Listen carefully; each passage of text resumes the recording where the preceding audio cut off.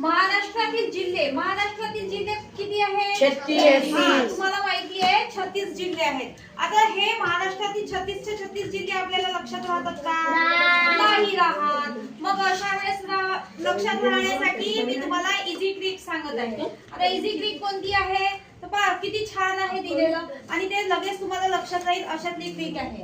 अग कमला उठ, पाय धु, छान रस भजी चहा बनव. ही तुम्हाला महाराष्ट्रातील जिल्हे लक्षात ठेवायसाठी छान ट्रिक दिलेली आहे. आता ट्रिक दिल्यावर सगळ्यात पहिले हे जे वाक्य तयार केलेले आहे त्या वाक्यांमध्ये तुम्हाला सगळ्यांचे इनिशियल लक्षात ठेवायचे. म्हणजे ते वाक्य लक्षात ठेवलं की इनिशियल काढायचे. मग इनिशियल वरून आपल्याला जिल्हे लक्षात ठेवायचे. आता अ वरून अकोला, अमरावती, अहिल्यानगर. ग वरून गडचिरोली, गोंदिया. क वरून कोल्हापूर. म वरून मुंबई.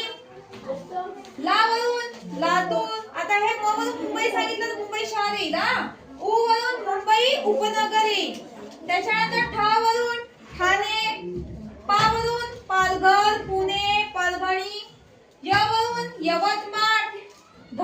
धू वरून धुळे, धाराशिव. छा वरून छत्रपती संभाजी नगर. न वरून नागपूर, नांदेड, नाशिक. र वरून रायगड, रत्नागिरी. सातारा, सांगली, सोलापूर, सिंधुदुर्ग. आणि भ वरून भंडारा जिल्हा. जी वरून जळगाव, जालना. च वरून चंद्रपूर. हा वरून हिंगोली. ब वरून बीड, बुलढाणा. न वरून नंदुरबार. व वरून वर्धा आणि वाशिम.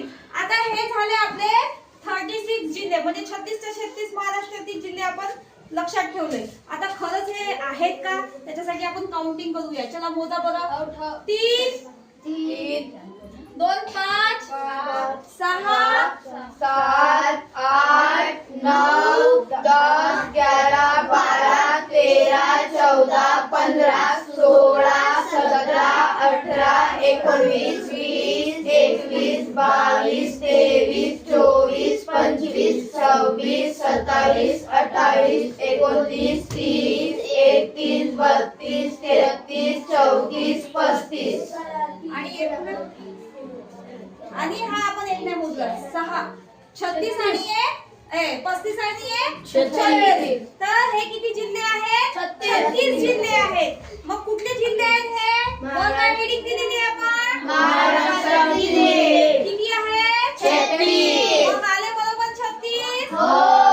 तर ही इझी ट्रिक आपण लक्षात ठेवायची.